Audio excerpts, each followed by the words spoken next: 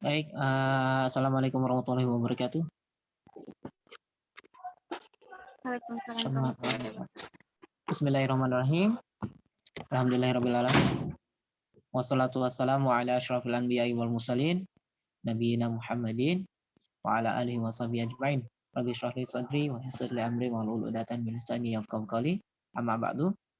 Alhamdulillah, insyaallah kami di kelompok 2 ini ada saya Nur Arifin Hidayat dan bersama rekan saya Dina Aulia insyaallah akan mempresentasikan sebuah makalah atau tugas kepada kami yang berjudul Teori Belajar Konstruktivisme dan Humanisme serta pengaruhnya dalam pembelajaran bahasa.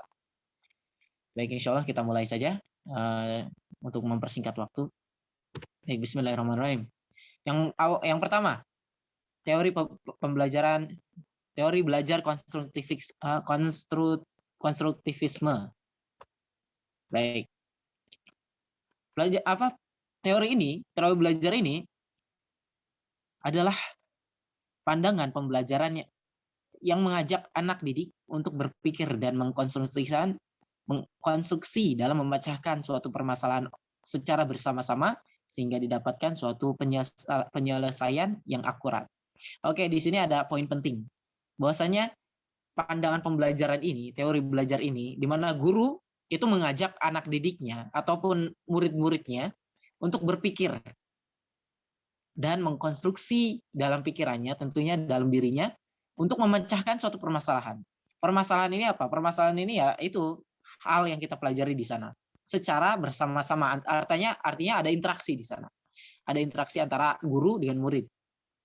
Bersama-sama. Tentunya interaksi tersebut adalah interaksi seorang guru kepada muridnya, yaitu sebagai pembimbing, sebagai pengarah, sebagai guru lah, itu fasilitator, dan ya fungsi-fungsi guru yang insya Allah kita ketahui bersama. Nah, dengan demikian, pandangan konstruktivisme ini merupakan landasan berpikir pembelajaran secara kontekstual, yaitu bahwa pengetahuan itu dibangun oleh manusia bukan dari seperangkat fakta-fakta, informasi-informasi yang kita tahu sekarang ini konsep atau kaidah yang siap kita hafal gitu. Yang dimana itu kayak cuman ada di buku-buku gitu. Kan? Nah, namun dalam teori belajar ini pengetahuan itu dibangun oleh manusia itu sedikit demi sedikit melalui pengalaman yang nyata. Pengalaman ataupun suatu kejadian peristiwa yang dialami oleh manusia tersebut. Nah, itulah yang dinamakan pengalaman. Sehingga dengan pengalaman-pengalaman ini terbentuklah dalam manusia tersebut sebuah pemaknaan ataupun sebuah pandangan yang mengenai hal yang dipelajarinya tersebut. Nah, oleh karena itu seperti praktek-praktek itu penting di sini. Itu poin pentingnya itu praktek-prakteknya itu. Ya kalau di teori belajar ini. Mungkin nanti di teori belajar yang lain ya agak beda. Ya namanya perbedaan-perbedaan ya sudah wajarnya. Dan kebetulan teori belajar ini adalah di mana kita mempelajari bagaimana manusia itu belajar gitu. Cara manusia itu belajar. Kan banyak tuh. Manusia itu belajar tuh nggak cuma dari pengalaman aja, tapi ada juga yang dari buku itu sudah paham, dari itu yang teori belajar behaviorisme itu udah paham, udah luar biasa. Nah, makanya itu karena setiap orang itu unik ataupun karena setiap anak didik, setiap manusia itu berbeda satu dengan lainnya, makanya itu teori belajar yang digunakannya ataupun proses yang terjadi di dalam manusia tersebut akan berbeda juga. Makanya itu setiap teori seperti yang sudah saya katakan sebelumnya di pertemuan sebelumnya, bahwasanya setiap manusia itu memiliki ya cara-caranya sendiri, memiliki layanan-layanan yang dari guru-guru itu, pelayanan-pelayanan dari guru yang berbeda, tentunya servis yang berbeda. Kenapa? Ya karena landasan yang tadi yang sudah saya sebutkan, bahwasanya manusia itu berbeda satu dengan lainnya, di mana semua orang itu tidak bisa kita perlakukan sama, tidak bisa kita semua lakukan dengan behaviorisme. Mungkin hanya beberapa orang atau mungkin sebagian besar, namun ada pasti beberapa di antaranya yang tidak cocok. Nah, ketidakcocokan inilah yang harus kita cari itu, yang harus kita peka di dalamnya. Bagaimana kita seorang guru bisa mengoptimalkan pembelajaran dia sehingga apa yang terjadi ya dia bisa mengerti dalam belajarnya, bisa salah satu prinsip kita dalam bernegara kan mencerdaskan kehidupan bangsa. Nah, itu salah satu upayanya adalah kita dengan mencari solusi paham dalam belajar. Itu pandangan konstruktivisme, yaitu ada melalui pengalaman, melalui praktek gitulah kita gampangnya. Dengan begitu dalam pandangan konstruktivisme ini guru, nah tadi yang sudah dikatakan pendidik berperan sebagai fasilitator. Fasilitator itu adalah penyedia materi. Artinya kalau kita datang misalkan seorang guru, kita bahas ini gitu. Kita udah ada rancangan di dalam otak kita, oh bahwa hari pertemuan ini kita akan mempelajari ini, misalkan Filmadi gitu. Misalkan Filmadi. Nah, jadi kita tahu gitu, seorang murid itu tahu hari ini kita akan belajar apa, tidak sembarangan, tidak ini masih jadi peran guru itu ada, yaitu sebagai pengarah biar enggak bingung si muridnya itu mau belajar apa. Oke, itu sebagai fasilitator, sekaligus membimbing dan mengarahkan anak didik dalam membangun sendiri pengetahuannya. Ya, tentunya kita tahu kan ya, bahwasanya di internet sekarang ini banyak sekali pandangan-pandangan, cara berpikir, paradigma yang mungkin beberapa di antaranya bisa dikatakan sesat gitu. Makanya itu ada guru, ada pembimbing yang bisa memberikan pengetahuan, memberikan pengarahan. Bahwasanya ini loh yang pantas diikuti, ini loh yang nggak pantas diikuti. Nah, dengan begitu anak didik tidak sembarangan dalam belajarnya, tidak sembarangan dalam mengetahuinya, dalam pembelajarannya, biar tetap masih on the track gitu. Masih tetap bertauhid. Apalagi kita sekarang ada di kampus yang bertauhid. Nah, itu mengenai pandangan konstruktivisme, di mana guru sebagai fasilitator dan anak didiknya ini adalah seorang pelaku utama atau aktor utamanya dalam pembelajaran ini.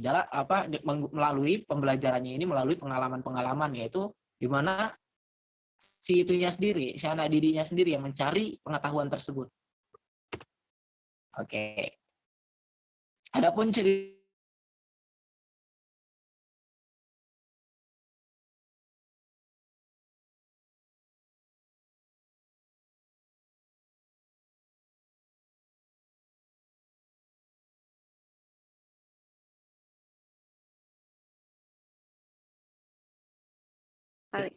alhamdulillah. Ciri-ciri dan tujuan sekarang. Ciri-ciri dan tujuan pandangan konstruktivisme. Mohon maaf ini agak kurang enak saya ngomongnya karena belum terbiasa. Nah, ciri-cirinya kita mulai dari ciri-ciri dulu. Ini kata Trianto. Kata beliau, Trianto ini bilang ciri-cirinya konstruktivisme itu adalah yang pertama, pengembangan pengetahuan anak didik dapat dilakukan oleh dirinya sendiri. Maksudnya oleh si anak didik itu sendiri, di mana pencarian informasi dilakukan oleh dirinya, oleh si murid, bukan dijejelin, ya, bahasa kasarnya dijejelin gitu, oleh guru. Nah, yang kedua, antara pengetahuan-pengetahuan yang ada harus ada keterkaitannya dengan pengalaman yang ada dalam diri anak didik. Maksudnya adalah ilmu yang sudah didapatkan, nah itu yang dikembangkan gitu. Jangan kita melangkahkan level gitu. Maksudnya kita belum belajar tambah-tambahan kok langsung masuk ke perkalian, kan itu melangkahi urutan dalam pembelajaran. Makanya itu kalau di saat seperti itu terjadi seperti itu, nanti khawatirnya atau ketakutan kita adalah si anak itu tidak mengerti, bahkan nanti mungkin lebih parahnya lagi dia akan berkurang motivasi belajarnya karena kesusahan, karena tidak mampu. Kenapa kok bisa kayak tidak mampu? Karena emang ya itu tingkatan dia belajar itu seharusnya tidak setinggi itu. Artinya ada yang tertinggal.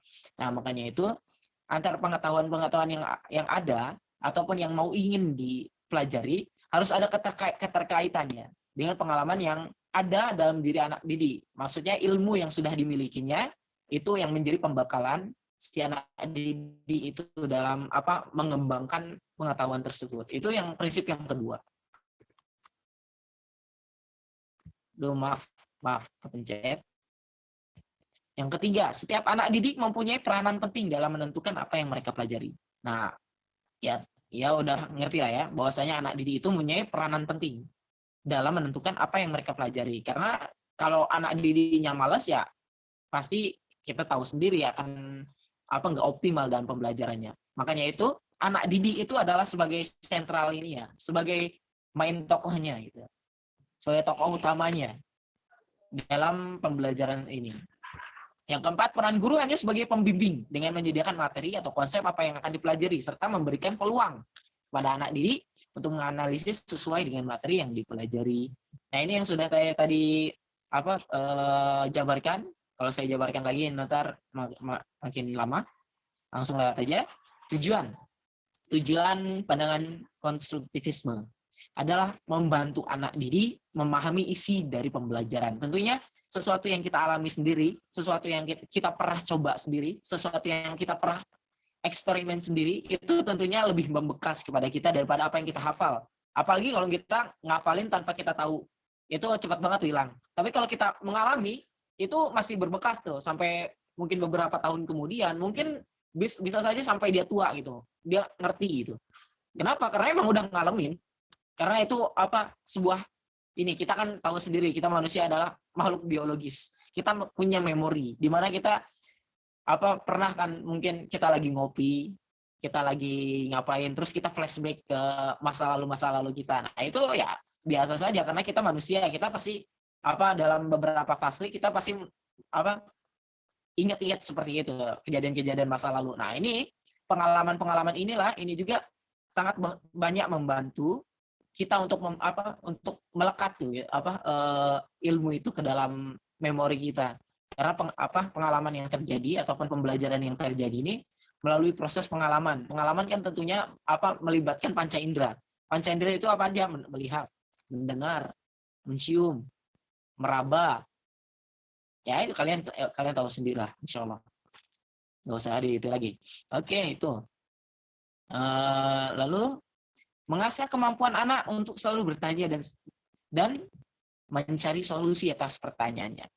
Ya, tentunya sebuah pembelajaran itu pastinya di saat kita belajar tentunya kita diawali oleh rumusan masalah dong. Kalau dalam makalah gitu kan, dalam bahasa makalah kayak gitu. Ada rumusan masalah baru pembahasan. Artinya kalau kita nggak curious, kita nggak penasaran, kita nggak mau bertanya, kenapa sih kayak gini? Kenapa sih kayak gitu? Ya bagaimana kita belajar? Ya mungkin kita selama ini belajarnya dijejalin doang atau dinasihatin doang atau didatangi oleh guru-guru kita. Nah, tentunya pembelajaran yang seperti ini itu kurang berbekas gitu kepada kita. Namun kalau kita sendiri, dorongan dari kita sendiri, motivasinya dari kita sendiri yang kita pengen tahu gitu. Terus kita mencari solusinya. Si anak didik itu mencari solusinya, mencari jawabannya dari pertanyaan-pertanyaan itu melalui diri sendiri, itu sungguh luar biasa. Nanti dia pun kalau sudah bisa begitu, nanti kalau dia ada di rumah, di lingkungan, mungkin tidak bersekolah lagi karena karena finansial mungkin atau karena dia masih tetap bisa belajar gitu. Dia masih tetap bisa mencari ilmu. Kita tahu sendiri banyak kan di luar sana yang nggak punya ijazah, cuman pintar luar biasa karena walaupun nggak sekolah tapi dia belajar gitu di rumahnya. Seperti siapa? Buya Hamka. Buya Hamka itu profesor tapi beliau nggak punya ijazah sekolah.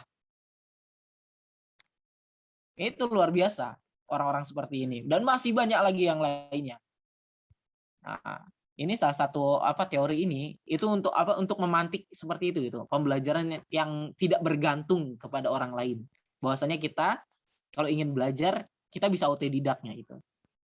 Ya walaupun di dalam teori pembelajaran ini tentunya harus ada peran guru untuk mengarahkan, untuk membimbing. Oke.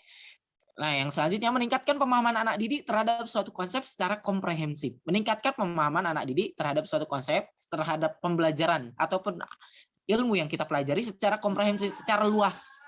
Artinya kita tahu sendiri internet gimana. Kalau kita search di Google, keluar tuh informasi banyak banget.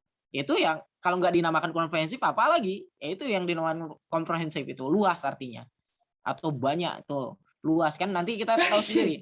Mungkin kita cuman seorang guru cuman ngasih satu topik misalnya tentang isim fa'il, taunya waktu dicari oleh seorang anak didik tersebut malah merembet kemana-mana. Itu luar biasanya itu. Itu salah satunya juga merupakan sebab daripada curiosity itu tadi atau penasaran. Nggak cukup nyari isim fa'il, ternyata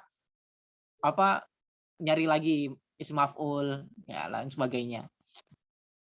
Mendorong anak didik untuk menjadi pemikir aktif.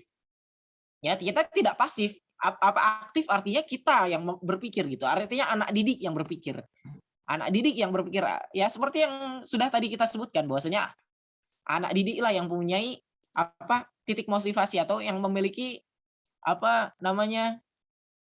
kemauan untuk belajar itu sendiri, bukan dijejelin atau bukan dipaksa oleh guru tersebut untuk belajar, tapi emang dari kemauan diri sendiri untuk belajar.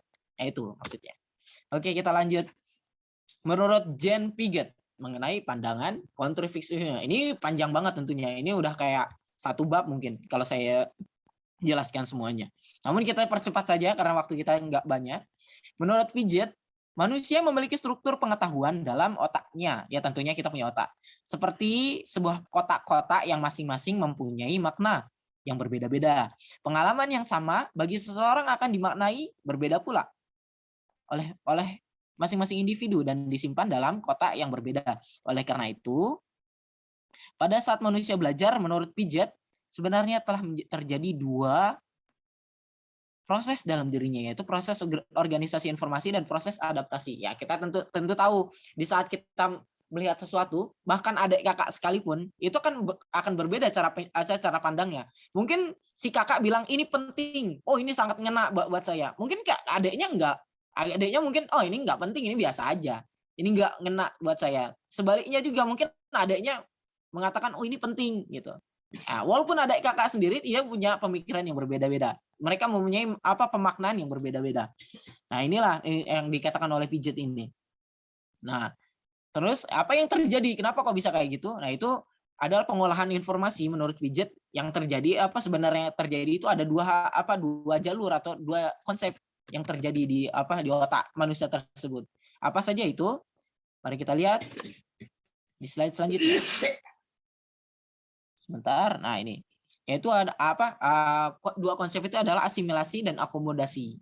Asimilasi yaitu integrasi atau penggabungan konsep yang diperoleh sebagai tambahan atau penyempurnaan dari konsep awal yang telah dimiliki. Ya tentunya kita walaupun adik kakak, kita punya ilmu yang berbeda mungkin. Karena ada beberapa fase atau ada beberapa waktu kakak kita tidak mengetahui ilmu yang kita dapat atau sebaliknya. Allah mungkin ngasih adiknya itu lebih pintar dari kakaknya atau lebih berpengetahuan dari kakaknya. Ya, itu kehendak Allah Subhanahu wa taala. Makanya itu mungkin di saat adiknya ini menemukan informasi baru, dia berasimilasi. Maksudnya berasimilasi adalah apa yang sudah dia dapat, apa yang sudah peroleh ilmu tersebut, ilmu pengetahuan tersebut, itu sama dengan informasi yang baru diketahui, yang baru dipelajari. Nah, dengan begitu, ilmu yang baru dipelajari itu adalah sebagai penambah atau penyempurna dari ilmu yang sudah dia miliki. Nah, adapun mungkin kakaknya beda, dapat ilmunya beda. Kalau tadi si adiknya dapatnya dari ibunya, sekarang dari bapaknya misalnya kakaknya. Dari bapaknya ternyata waktu ngelihat ilmu tersebut, ilmu baru tersebut yang di awalnya sudah dibekali atau yang sudah dijejeli oleh bapaknya tentang ilmu mungkin ilmu gitu tentang ilmu yang dia punya, ternyata berbeda informasi yang baru dia dengar ini. Nah, kalau kayak gitu bagaimana? Nah, itu terjadilah akomodasi yang dimana ilmu yang dia sudah peroleh sebelumnya berbeda dengan ilmu yang baru dia peroleh, yang baru dia belajar. Nah, itu terbentuk akomodasi. Akomodasi itu adalah terbentuknya konsep baru pada anak karena konsep awal tidak sesuai dengan pengalaman baru yang diperolehnya. Nah, ini karena perbedaan itu, maka terjadilah sebuah konsep baru ataupun ilmu pengetahuan yang dia secara cara pandang dia sendiri itu. Baik, kita lanjutkan. Itu menurut Piaget. Yang nggak tahu saya cara bacanya, ya kita sebut aja Piaget. Nah, sekarang Vygotsky. Nggak tahu saya juga gimana. Nah, menurut Vygotsky, Eliot dalam ini bukunya Eliot, Belajar adalah sebuah proses yang melibatkan dua elemen penting sebagai berikut elemennya ya. Yaitu elemen pertama, belajar merupakan proses secara biologi sebagai proses dasar. Yang kedua, proses secara psikososial sebagai proses yang lebih tinggi dan esensinya berkaitan dengan lingkungan sosial budaya. Oke, kita bahas ini sedikit saja. Kita tidak banyak-banyak karena waktu kita terbatas.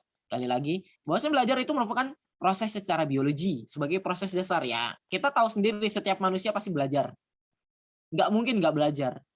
Karena kita waktu awal lahir saja kita belajar untuk berbicara, kita belajar untuk berjalan, kita belajar untuk ngapa-ngapain. Ya itulah yang dinamakan proses biologi. Bahwasanya itu memang proses kehidupan. Emang dalam hidup ini kita pasti belajar gitu. Walaupun nggak belajar secara formal di sekolah, tapi kita belajar gitu. Dari orang tua kita, dari guru-guru kita yang bukan dari sekolah, mungkin dari guru-guru kita, dari paman kita, dari mana, dari teman-teman kita, dari kakak kelas kita, dari siapapun. Kita pasti belajar gitu. Walaupun pembelajaran itu tidak selamanya matematika, tidak selamanya biologi. Pasti ada gitu. Bahkan itu ilmu kehidupan sekalipun. Nah, itu yang pertama. Yang kedua, proses secara psikososial sebagai proses yang lebih tinggi dan esensinya berkaitan dengan lingkungan sosial budaya. Nah, ini tentang pembelajarannya. Karena kita udah tahu setiap manusia itu belajar. Nah, sekarang bagaimana dia belajar? Nah, di sini dikatakan oleh Vygotsky bahwa proses belajar itu melalui psikososial atau melalui interaksi dengan orang lain. Ya, lebih enaknya berkaitan dengan lingkungan sosial budaya, dengan keluarga kita, dengan adat masyarakat kita, dengan dan sebagainya. Itu udah gitu aja. Nggak usah perdalam lagi. Kalau kita perdalam lagi nanti akan panjang. Ini udah kayak satu bab. Saya lihat materinya. Oke. Itu ya. Menurut Vygotsky ini bahwasanya belajar itu merupakan suatu emang fase kehidupan, pasti belajar. Yang kedua, kita belajar itu dengan berinteraksi itu, dengan artinya berinteraksi kan dengan pengalaman kita berbicara dengan ayah kita, pengalaman kita berbicara dengan guru-guru kita. Nah, begitu. Ini berarti masih satu jalan dengan teori belajar konstruktivisme. Oke. Dalam menurut Vygotsky ini ada dua yang dipandang penting untuk kita ketahui. Yaitu yang pertama ZPD. Apa itu? Zone of Proximal Development. Nah, ini saya dapat dari PPT-nya ibunya. Mohon maaf ibu saya pakai. Baik. Ini dalam penjelasannya yaitu kemampuan pemecahan masalah atau ilmu yang ingin dipelajarinya di bawah bimbingan orang dewasa atau melalui kerjasama dengan teman sejawat yang lebih mampu. Dimana kita kalau belajar, tentunya mungkin nanti kalau kita dapat kelompok belajar atau kita punya teman yang agak pintar, ya katakanlah yang pintar banget gitu, yang bisa ngerti. Nah, kita belajar dengan mereka. Ini namanya ZPD, di mana kita mampu memecahkan soal-soal atau memecahkan masalah-masalah pembelajaran kita di bawah bimbingan orang-orang dewasa atau orang-orang kakak kelas kita atau teman-teman kita dengan bekerja sama. Oke, dengan itu namanya ZPD. Sekarang yang kedua, scaffolding. Scaffolding itu pemberian sejumlah bantuan. Ini dari guru. Guru memberikan bantuan kepada siswa selama tahap-tahap awal pembelajarannya aja.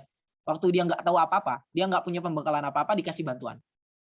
Nah, kemudian seiring berjalannya waktu, kan si anak didik itu tentunya kemampuannya meningkat, pengetahuannya meningkat. Nah, di saat pengetahuannya meningkat, guru itu mengurangi bantuannya, mengurangi terus hingga bantuan itu hilang, bantuan itu tidak dibantu lagi, sehingga dia berjalan sendiri. Kalau udah berjalan sendiri itu, nah itu konsep konstruktivisme berarti sudah berhasil diaplikasikan kepada anak didik tersebut.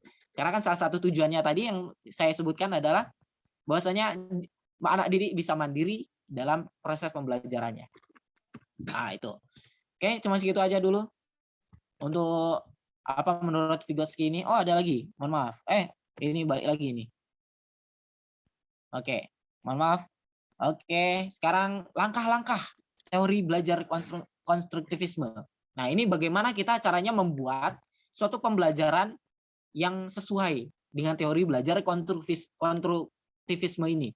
Yaitu yang pertama, ini rumusnya ataupun caranya kita membuatnya bagaimana? Yang pertama adalah memancing keingintahuan siswa.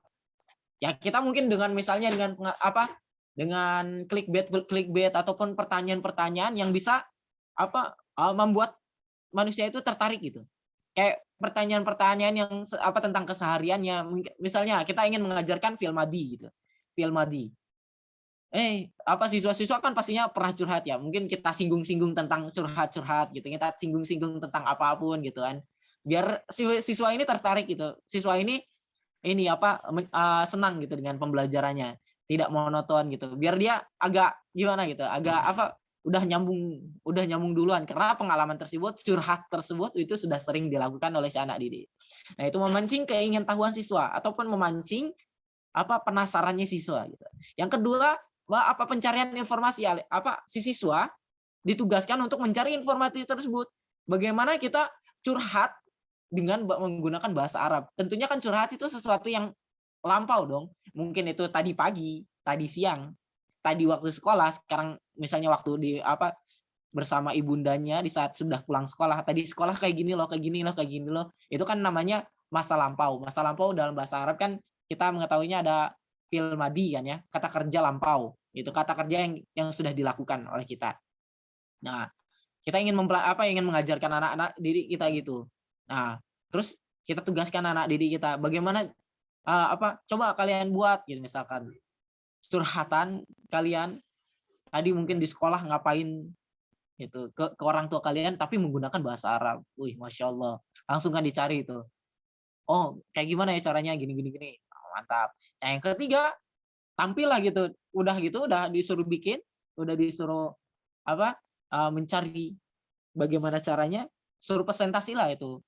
Suruh tampil gitu di depan teman-temannya atau mungkin dengan berkolaborasi dengan teman-teman sejawatnya atau bagaimanapun ya seterah lah. Yang penting ada hasil gitu kan. Ini untuk untuk kita tahu bahwasanya ada hasil gitu.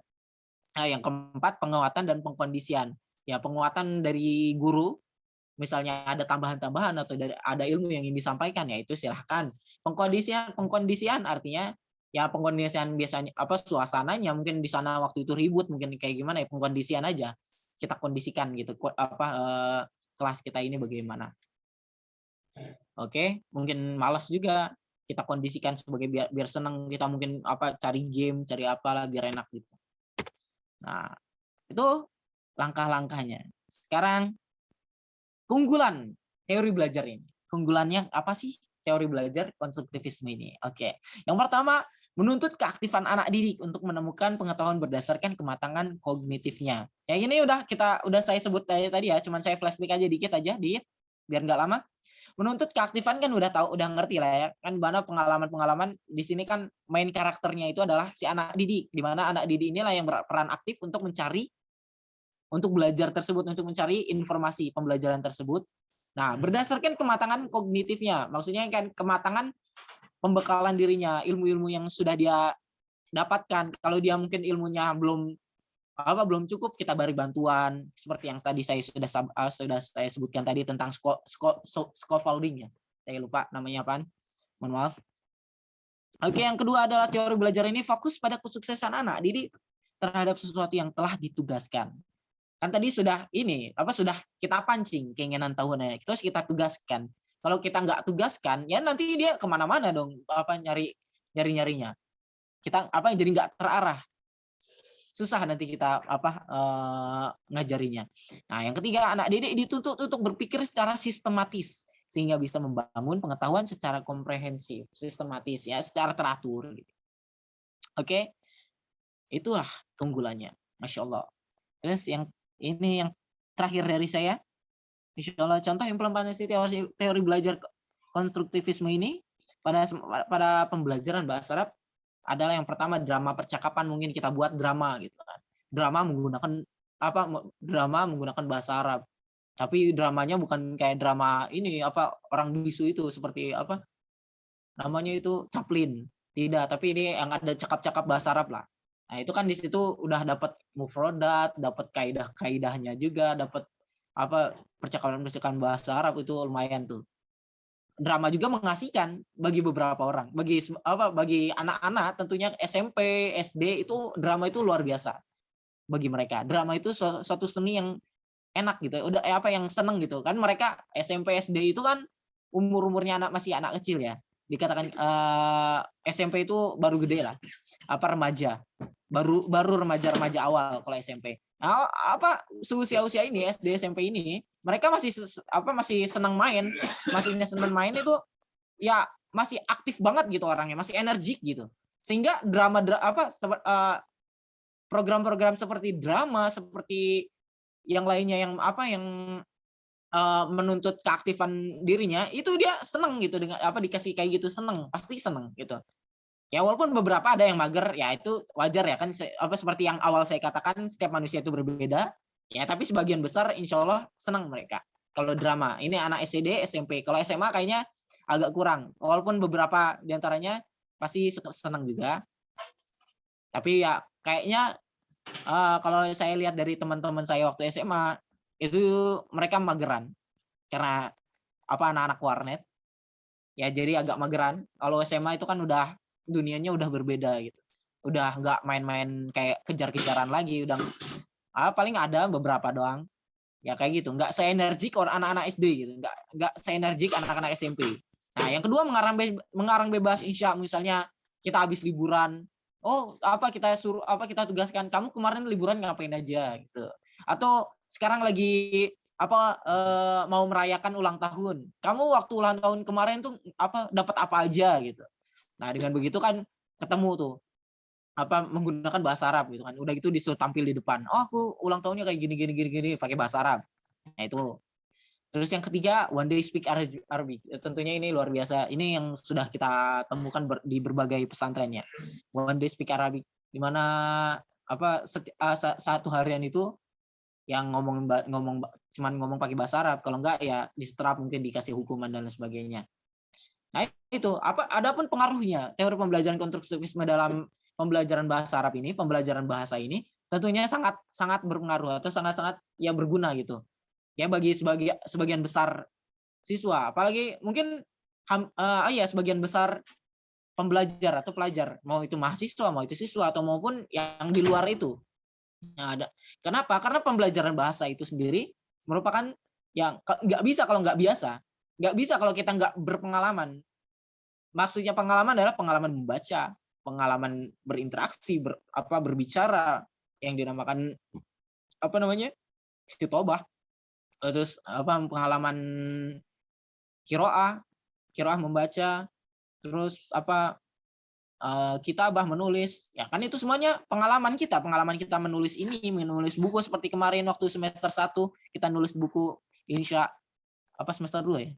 Ya itulah menulis buku pakai bahasa Arab, itu pengaruhnya terhadap pembelajaran bahasa itu sangat luar biasa. Kenapa? Karena pembelajaran bahasa itu pastinya sangat mementingkan pengalaman dirinya, pengalaman dia berbicara dengan memakai bahasa, menulis dan lain sebagainya. Nah, mungkin itu dari saya, Nur Arifin Hidayat, mengenai teori belajar konstruktivisme. Baik, mungkin selanjutnya akan dilanjutkan oleh rekan saya, Deni Aulia, di Zoom berikutnya karena Zoom sekarang terbatas. Mungkin kami lanjutkan. Mohon maaf atas ketidaknyamanannya. Terima kasih. Baik, saya akan melanjutkan presentasi yang berjudul Teori Belajar Humanisme. For business plans, marketing plans, project proposal, listen